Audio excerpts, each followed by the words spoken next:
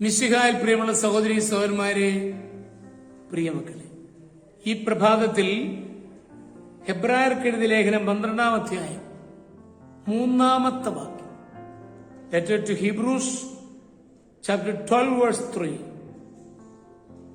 ഇങ്ങനെ പറയുകയാണ്: ആകയാൽ മനോധൈര്യം അസ്തമിച്ച് നിങ്ങൾ തളർന്നു പോകാതിരിക്കാൻ വേണ്ടി അവൻ തന്നെ എതിർത്ത പാപികളിൽ നിന്ന് എത്രമാത്രം സഹിച്ചെന്ന് ചിന്തിക്കുവിൻ. ഓരോ കാരണം കൊണ്ട് മാനസികമായി തളരുന്ന അവസരങ്ങൾ ജീവിതത്തിൽ ഉണ്ടാകാറുണ്ട്. മിത്രങ്ങൾ ശത്രുക്കളായേക്കാം. സ്നേഹവും കരുതലുമില്ലാത്ത മാതാപിതാക്കളുടെ പെരുമാറ്റം മക്കളെയും തന്നിഷ്ടക്കാരായ മക്കളുടെ സംസാരം മാതാപിതാക്കളെയും അസ്വസ്ഥചിത്തരാക്കിയേക്കാം. ഈ വിധ മനക്ലേശങ്ങൾ ഇല്ലാതാക്കുവാൻ ഈശോയെ ധ്യാനിച്ചാൽ മതിയെന്ന് ഈ വാക്യത്തിൽ പറയുന്നു. ഏറ്റവും അധികം നന്മ പ്രവർത്തിക്കുകയും നന്ദികേട് സ്വീകരിക്കുകയും നീതി പ്രവർത്തിക്കുകയും അനീതി അനുഭവിക്കുകയും ചെയ്തയാളാണ് ഈശോ. താൻ സ്നേഹിച്ചവരിൽ നിന്ന് തനിക്ക് വഞ്ചന മടക്കി കിട്ടി. ഈശോയുടെ സാന്നിധ്യം നമുക്ക് മനക്ഷീണത്തെ ഇല്ലാതാക്കും.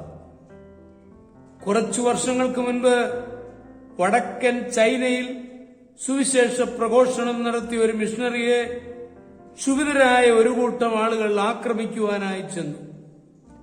അദ്ദേഹം ഓടി ആറ്റിൽ ചാടി നീന്തി രക്ഷപ്പെട്ടു.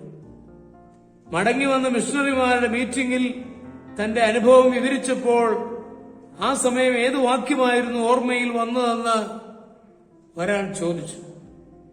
ഞാൻ ഒരു വാക്യവും ഓർത്തില്ല, ഈശോ കൂടെയുണ്ടായിരുന്നു എന്നായിരുന്നു മറുപടി.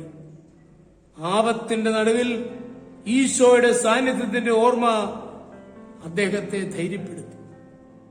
ഓഫീസിൽ ജോലി ചെയ്തിരുന്ന ഒരാൾ എല്ലാ ദിവസവും മധ്യാഹ്ന സമയം അടുത്തുള്ള പള്ളിയിൽ പോവുകയും ഉടനെ തന്നെ മടങ്ങിപ്പോരുകയും ചെയ്യുന്ന പതിവുണ്ടായിരുന്നു. പള്ളി സൂക്ഷിപ്പുകാരന് സംശയം തോന്നി. നിങ്ങൾ പ്രാർത്ഥിക്കുവാൻ സമയം ചെലവിടുന്നില്ലല്ലോ എന്ന് പറഞ്ഞപ്പോൾ, ഞാൻ വന്നിരിക്കുന്നു, കൂടെ വരണമേ എന്ന് ഈശോയോട് പറഞ്ഞു കഴിയുമ്പോൾ തന്റെ പ്രാർത്ഥന കഴിഞ്ഞുവെന്നായിരുന്നു അയാളുടെ മറുപടി.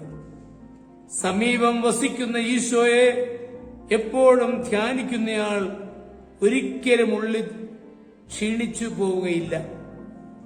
ഈശോയുടെ സാന്നിധ്യം മടുപ്പും ക്ഷീണവും ഇല്ലാതാക്കും. നമ്മുടെ കർത്താവ് ഈശോ മിശിഹായുടെ കൃപയും പിതാവായ ദൈവത്തിന്റെ സ്നേഹവും പരിശുദ്ധാത്മാവിന്റെ സഹവാസവും പരിശുദ്ധ അമ്മയുടെ മധ്യസ്ഥതയും നിങ്ങളെല്ലാവരോടും കൂടി ധാരാളമായിട്ടുണ്ടായിരിക്കും, എപ്പോഴും എപ്പോഴും എന്നേക്കും. ആമേൻ.